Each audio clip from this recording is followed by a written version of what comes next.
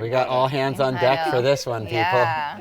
Welcome everyone to our backyard. Welcome. We're doing something different today. As you can see, Justin is joining me at the table. He just gave our two editors some crash course camera instructions. Shane and Lexi are now filming us, and I wanted Justin to join me at cooking today because happy anniversary, honey. Happy anniversary. It's not our anniversary, but it's our anniversary. It's been 1 year, one solid year of making these videos and bringing them to your home every Thursday. So it's a very special day. What do we do to celebrate, Justin? We go back to the roots. We went three-pronging.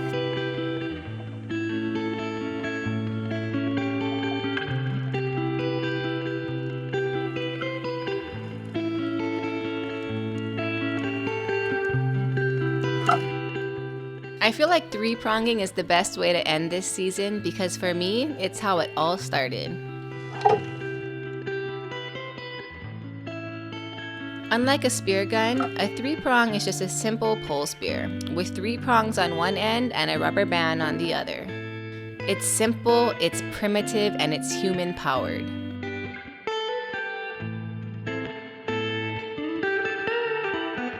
When we go three-pronging, we're usually looking for smaller species of fish. Fish that don't get very big, but are really delicious.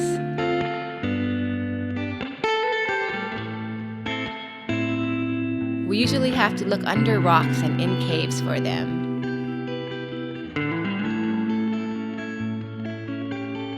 And you have to get so much closer to your prey than you do with a gun.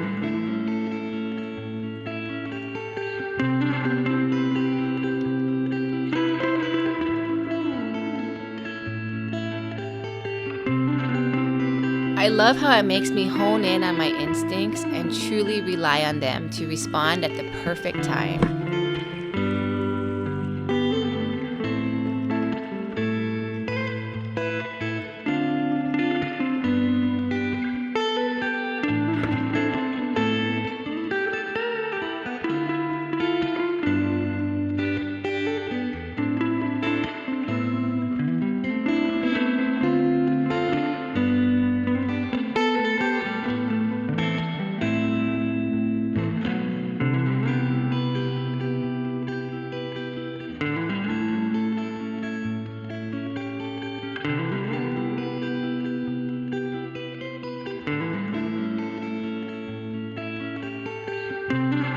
Oftentimes we're doing this in the surge or the waves, and you have to learn to move accordingly.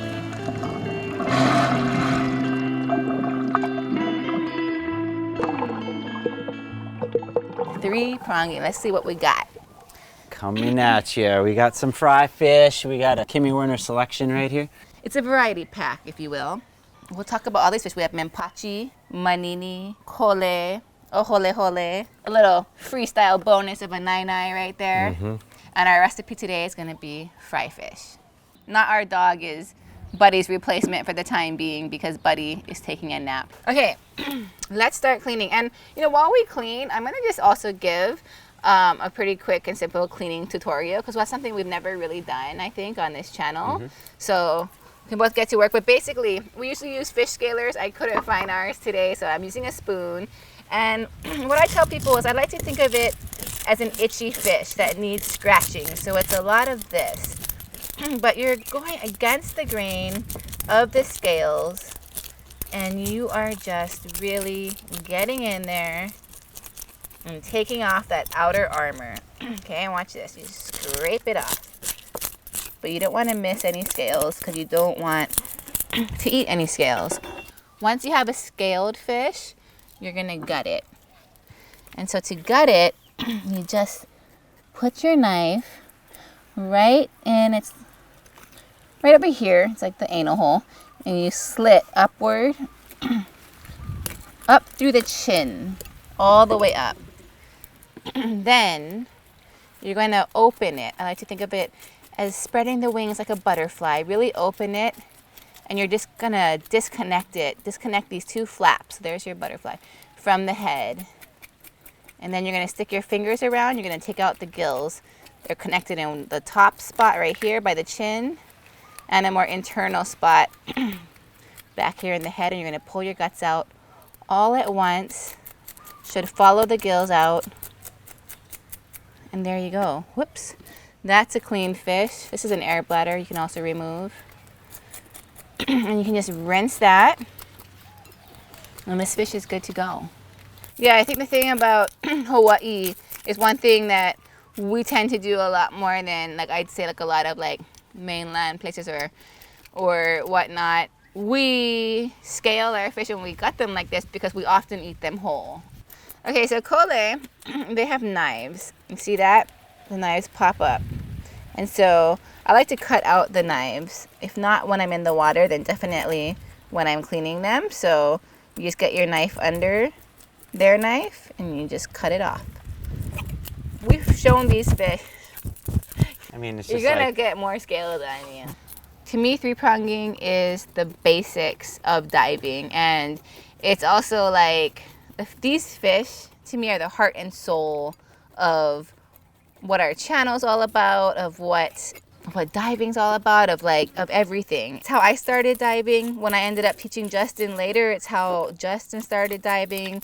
We don't start with spear guns. You start with a three-prong. you really learn how a fish moves and reacts, and you get to learn so much more, I think, on a three-prong than you do a spear gun. These fish are cleaned and now ready to work with. And now our next step is to dry them. So I'm gonna leave that to you, honey. Because you don't want water splattering the oil. Exactly. Yes. Exactly. We've learned a lot. Yeah. Oil and water, not good. So get your fish dry. And now I'm gonna score it. So I'm just gonna cut these lines in it, like tic-tac-toe. It helps the hot oil to really get in there and cook the fish more evenly and faster. It also gives you more crispy edges because you just cut a whole bunch of edges, and that's the parts that get crispy. But it also is going to allow us to get the seasoning not just on the skin but inside. So there's a lot of reasons behind that. And you can really taste the fish that's like been well taken care of straight away from being harvested to like being on ice and being dried and properly cared for. I never thought that I was particular about fried fish because you fry anything, it's good, right? But I realized over the years that I am a little particular. Like, I don't want this just fried to death until it's just like, you know, very crispy but no flavor, no meat, and like crunchy cardboard. But I also just don't want it to be like soft to the touch, you know, and like sauteed fish. I want a crisp, I want a bite, and then I want that tender, flaky meat on the inside. Nice. So I didn't just, you know, want to go three-pronging because it just gives me that primal feeling, like it always does, and it does make me go a little savage. It just makes you try so hard. Three-pronging is hard because, you know, the muscles you have to use to keep that spear cocked, you don't have to do that when you have a spear gun. It's like you have a trigger mechanism and that band is loaded, it's going to stay there. But when you are three-pronging, especially, you know, the deeper you go, that takes so much energy. And that energy that your arm muscle is using to hold that spear is just taking the oxygen right out of you. And it's a much more active way of diving. Okay, so now I think our oil is getting hot. And we want to season our fish. So this is very important. Please always season your fish before you cook it. Don't think it's something that you can just fry and then put salt on. You can always salt it again afterwards if you didn't put enough. But really get it in there while it's, you know, raw and the salt sticks to it. See this Menpachi? If I were to just salt it like that, I'm not making use of my cut. So you really want to let this fish bend open and you want to get that salt in there. Hit every bite with love. Pepper, I feel like, also very nice. Not as important as salt. Salt is a must, but I definitely also hit it with some pepper. So this is an old-timer's trick, okay? I don't hear it much these days, but the old-timers know. Now, if you have a variety of fish to fry, and some of your fish, or even one of your fish, are kole, you always start with the kole, because kole have an orange oil that releases as they cook, and it flavors your frying oil. So if you do your kole first, the rest of your fish will then get the same delicious infused taste of this like beautiful orange oil. Isn't it amazing that in less than a decade you're now doing what you're doing? Yeah. And I was thinking about that this morning, where I'm really grateful. Like, you and I love to do this together. I mean, because I think that's important for other couples, just to find those activities or things that they love to do with one another. Totally. And it's pretty awesome that you and I love to go out and get our own food so much together that's like what we do all the time. That's our proteins. That's what we eat, is what we love to do. Kole dropping next. You want your oil hot. That to me looks good. And so you can see the color of the oil, right? Like it's already instantly picking up this yellow hue. And that hue is just gonna get richer and richer as the kole fries. So this can apply to like me being from Minnesota. You could technically do this with bluegill and crappie and everything, right? I mean, you can fry anything. Yeah. Yeah. It's just we always filleted our fish, so I had never cooked a whole fish like that prior to coming to Hawaii, which like kind of blows my mind. And I have never filleted a fish like this before. So something you want to think about when you're frying is like whatever you put in your oil changes the temperature. So you saw how hot it was going in. But I put 3 cold kole in there, and now it's not that hot anymore. So we want that temperature to come back up. So you're always kind of monitoring the way your oil is bubbling. And they're all gonna stick together. And look at that though. See, that's the kind of crisp I like, where you can clearly see that these individual bites are all gonna be so darn beautifully crispy, but not to the point where it's just like gonna be dry. It is gonna have nice, white, moist meat under every single bite. And the flavor is just amazing. We also want our fins and our tails to crisp up like potato chips, so we want them to definitely get that heat as well. Okay, so these are ready to pull. And they're all stuck together, and that's okay. We're going to remove them one time. All 3 of them are ready. And just let that oil drain. You can put it on a rack. You just want this oil to drain, and you want your fish to stay crispy. And that is a beautiful example of fried fish right there. Looks really nice. So, nai and kole. And look at that oil. Yeah, totally. You can see it's turning to gold, and that is what we want. These are the fish that I grew up eating. You'll never see these in the supermarket. You'll not see them in restaurants. Yeah. These are the fish that I kind of knew by heart from watching my dad go diving when I was like 5 years old. And so a lot of people think that I was just like this like prodigy that like started at 5. I only was really immersed in that at about the age of 5 and 6, because that was when my parents didn't have much money.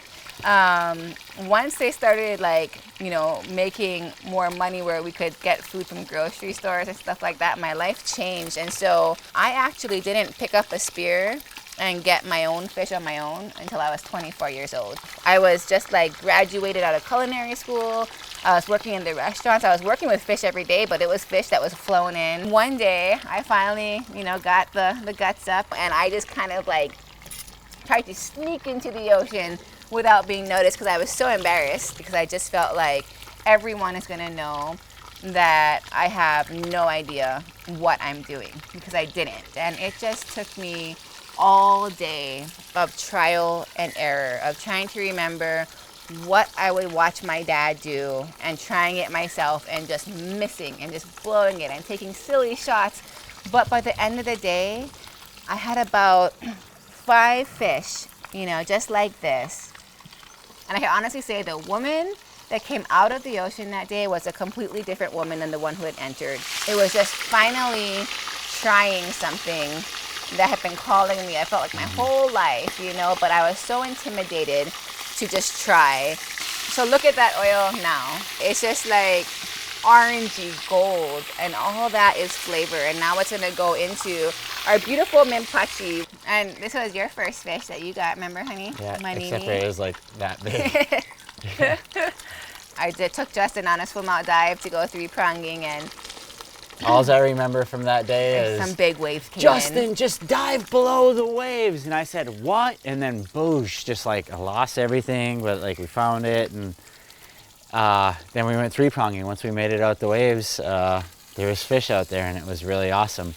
But I was legitimately scared. And my girlfriend at the time was bringing me into it and kind of laughing at me.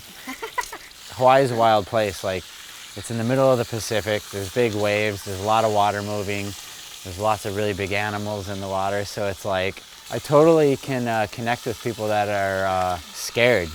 When it came to me teaching Justin how to dive, I was very Mr. Miyagi. And if you're too young to know that movie of Karate Kid, he was a sensei, a teacher who really taught slowly. And that's how I was with Justin. Like, where I just like made him look at a fish identification book, one that I had bought when I was 24, because I wanted to like learn everything, you know. And we would go swimming, and we would just like look at fish and just look at them and go home, and I'd have him try and find them in that book. And then we would go to like places where you can't even spear fish, and we would just swim, and we would practice clearing your ears, practice laying your fins down, which is so much harder than it sounds, and practice bringing fish in. And I would just tell him, like, you know, go into this cave, look for these fish, and tell me what kind of fish are they, and then tell me, would you shoot them? You know, what's their size like? Are they good to take or not good to take? And we would just do that for like a whole summer before I even put a 3 prong in your hand. Yeah. The reason why I wanted to go diving is because I felt like I was craving this nostalgic sense of my past. I felt like I grew up in this time where there's all these values around food from nature and taking care of it, being able to get my own fish, and I shared my fish. Then my whole world changed because avocados started showing up at my door, so did garden greens and all kinds of other things. And I realized that what was happening was we were creating a modern day ahupua'a system. You know, people from the mountains and people inland would share with people from the sea, and that's what created this sustainable system that really benefited everybody, and the land and the ocean. A classic example is just being able to take some of our fish and go to Namea Kupono, which is the lo'i. Lo'i is a kalo farm. Those kalo farmers, those mahi'ai, that's what they would do, is they would share with their lawai'a, their fisher people, and that's how everything worked. That was also a beautiful thing, to go be able to share some fish with Steven and Kuipo and get some beautiful kalo in return. And that's what's next, is we're gonna make some poi to go with our fish.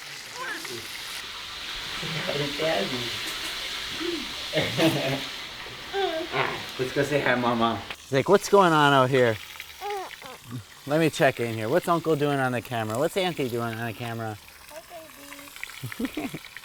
So, oh yes, that is fish.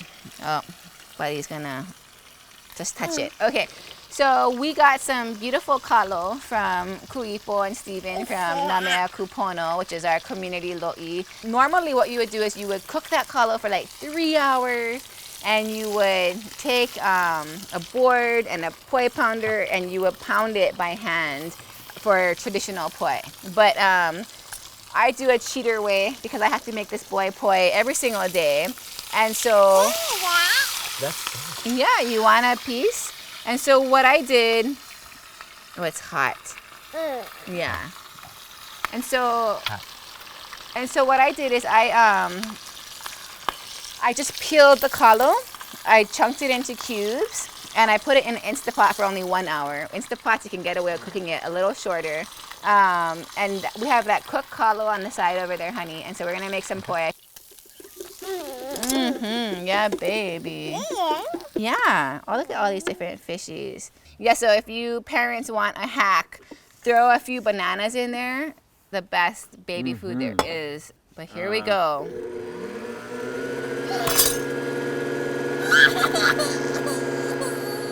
If you keep blending it, you can just make this such silky goodness. Or if you want to just have some chunks in there, like just like little bits of the solid kalo, then you can stop it at about here. But it's just our super easy cheater way to make poi. Poi is like the staple, I feel like, that really represents Hawaii. That's a lot. So, fish and poi go together like nothing else. I will feed the Savage more fish, and then Justin, you make our chili pepper water. Okay. So you just need that. Yep. And in there, I already put 2 cloves of garlic and a bunch of our Hawaiian chili peppers. Now add some salt, because that's gonna really help you grind it. Okay, and so now you're gonna really grind it up until that's like a pulp. Ooh, it's getting nice now. You know, and while you do that, I'll add in some vinegar.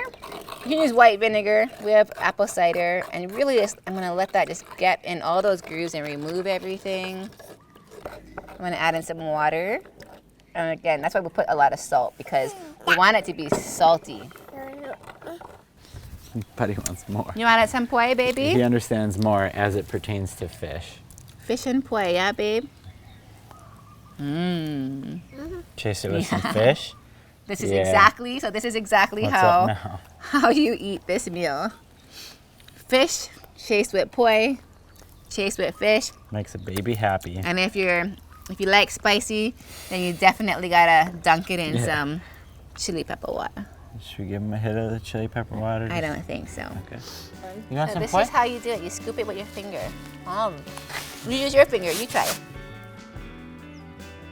That's actually really how you eat poi. It's actually a 2-finger thing, but hey, to each their own. 2 fingers. Look at his hand. 2 claws. Yeah. You're doing great, buddy. Knuckles. Yeah. That's too cute. Okay, chill out. I saw my hands in. Okay, now you can sit down. Nope. You are a dirty baby. Oh, yes. Okay, so Dad's gonna give Buddy some more fish. Buddy, hey, put this on your hand so you can there you go. So There now you you're go. getting poi with it. Oh, no, we don't like that. Whoa, bro. So this is like fried fish, I feel like. Yeah, exactly what I was gonna say. You should be able to rip it apart and just have the inside still be white and moist, and you can dip it in that chili pepper water. Let's go for it. That's good chili pepper water straight away. Oh my God. Damn, that's good. That is so good. It's like sweet beautifulness that can't describe.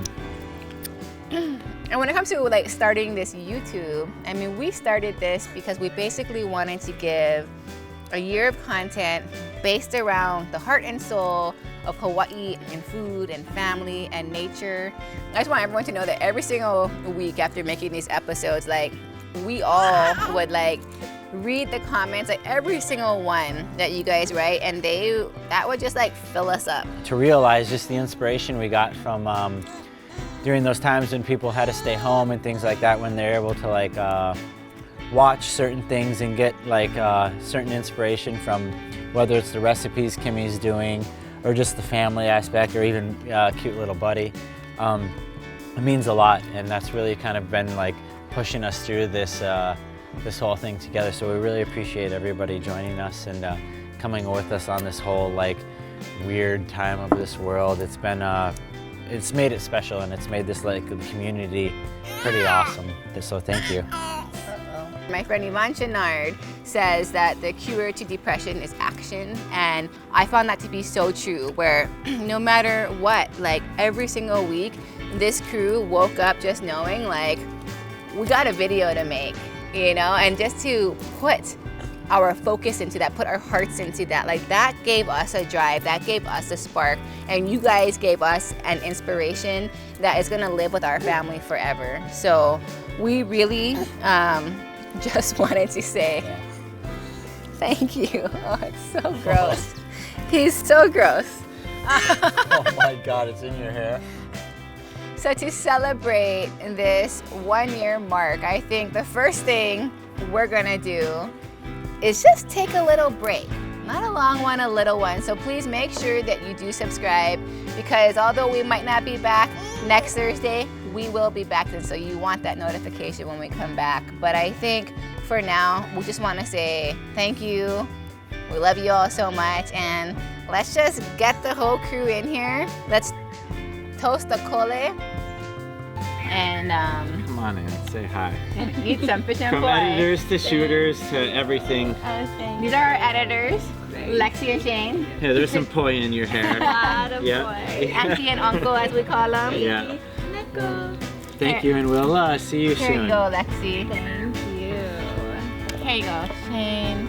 Oh yeah. Cheers. Oh, Cheers. here you go, buddy. Oh, yeah. Buddy gets a fish eye. He ate the fish eyes, just to let you know. Cheers, everybody. Cheers. It's been Cheers. wonderful. Cheers. And we'll be back. Yeah, buddy. There you go. Nice, buddy. Uncle, buddy wants you to eat the eyeball. Okay. Oh, yes. You take it out to your mama, feeding the cameraman. Yeah. Oh yeah, here's another eyeball for you. Thanks, baby. Oh, you dirty baby.